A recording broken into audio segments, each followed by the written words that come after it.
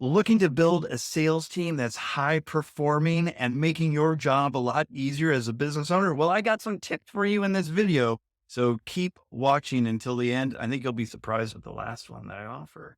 Hey, it's Tom Jacobs here. Thanks for stopping by the channel. I love helping solopreneurs, solo practitioners increase their business through sales processes. And in today's episode, we're going all about staffing and making sure you have a high performance sales team. So keep watching. Building a sales team can sometimes feel like a very daunting task because, on one hand, you do a really great job as an owner of your business selling because you know your product inside and out. And do you want to trust somebody else to maybe do the sales, maybe not do the sales? So, having a firm process is the number one thing that you need to be doing when you are hiring a sales team. And that means detailing exactly what they need to be doing on a regular basis. The other really important aspect of hiring a very high performance sales team is making sure you get the right people with the right personality and the right skill sets. When I hire people, I really focus on personality and their willingness to do the work. I always tell people that are working for me, I'm looking for smart people that can put a sentence together and can talk in a good way, because all the other skills can be trained, but you can't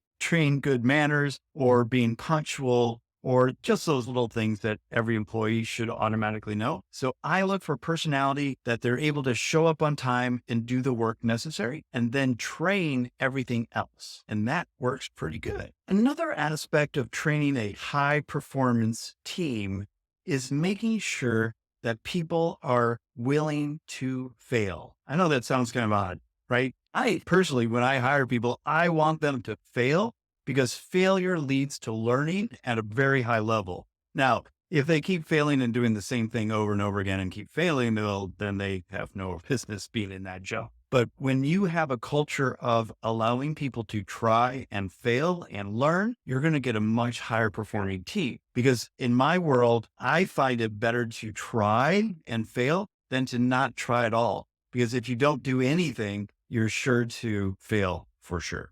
Try that out. Keep failing and learn. Effective communication is paramount in any high performance team that you're developing, especially in the sales world. Because for salespeople, you're only as good as your last sale. And when you are the sales manager or the leader of your sales organization, you need to make sure that you are communicating regularly with your team and reviewing their calls, making sure everything is going according to plan and the process is being followed. And when you do that on a regular basis, and I suggest a couple meetings a week as a team for the sales team, going over objection handling, giving the presentation and closing more deals, because the more that they are learning, the more that they're earning.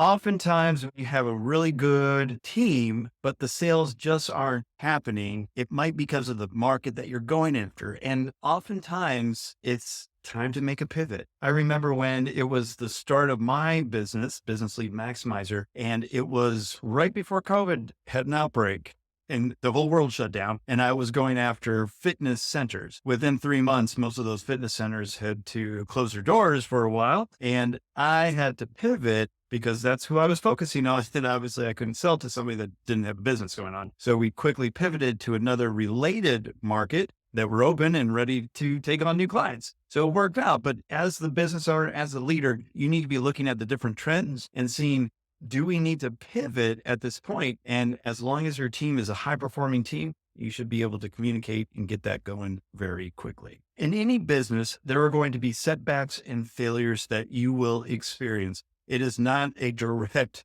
line to success, but it's going to be a roller coaster ride when you're in the entrepreneurial world. So you need to be prepared for the times that are not going to be all that great, and know that when you are doing the right things in the right way, that the business will survive and will start to thrive again. So having the process, the procedures, everything documented in your business, and then going back and making sure that your team is following those processes and procedures will eliminate as much of the failures that you may have experienced, and will actually make the team a lot stronger and your product even stronger. So keep documenting your procedures and processes and make sure you are training your employees on that. Nothing in business happens without a sale. And if you want to scale your business and make more money and revenue and help more people, then you need to scale your sales. And that might mean bringing on additional salespeople. And that is all about leverage. You're leveraging your time and the time of other people to increase your business. And when you have the right processes and the scripting and everything perfect in your process of making sales, now you can quickly bring on additional salespeople, get them trained up, get them on the phones, and get them selling very quickly. Because the more you have doing that, the more sales you're going to make and the more profit you'll have. If you enjoyed this video, think about sharing it with a friend and hitting that subscribe button.